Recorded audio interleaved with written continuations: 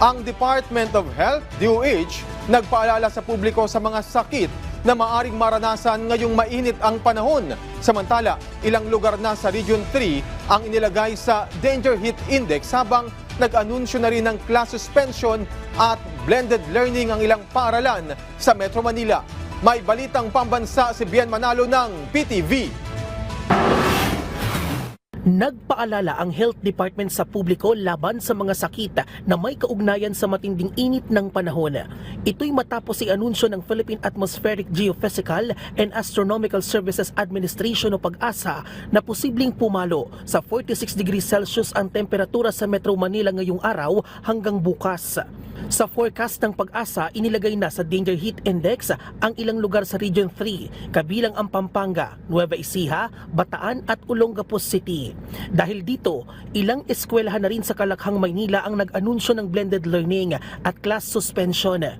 Ayon sa PAGASA, mauuri bilang extreme caution ng temperatura kung ito ay umabot mula 33 hanggang 41 degrees Celsius, habang danger level naman kung ito ay nasa 42 hanggang 51 degrees Celsius.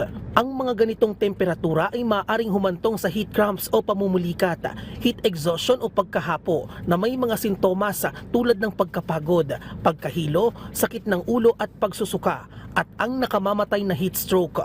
Ang heat stroke ay isang kondisyon na may pagkawala ng malay, pagkalito o kaya ay mga seizure o kumbulsyon na nakamamatay kung hindi agad maaagapan. Ilan sa pwedeng gawin sakaling makaramdam o maobserbahan ang alinmang sintomas ng heat stroke? Una, ilipat ang tao sa isang malilim at malamig na lugar at ayusin ang ventilasyon.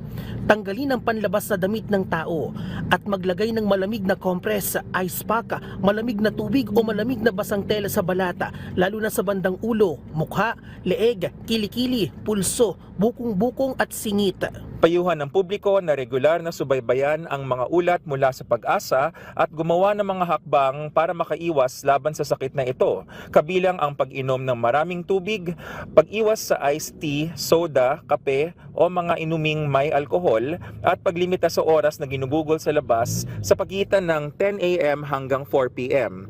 Gumamit rin ng proteksyon sa araw tulad ng sombrero, payong at sunblock. Pinapayuhan din ng DOH ang publiko na agad na makipag-ugnayan sa emergency services sakaling makaramdam ng mga sintomas at huwag nang hayaan pang lumala ang sitwasyon. Bien Manalo para sa Pambansang TV sa Bagong Pilipinas.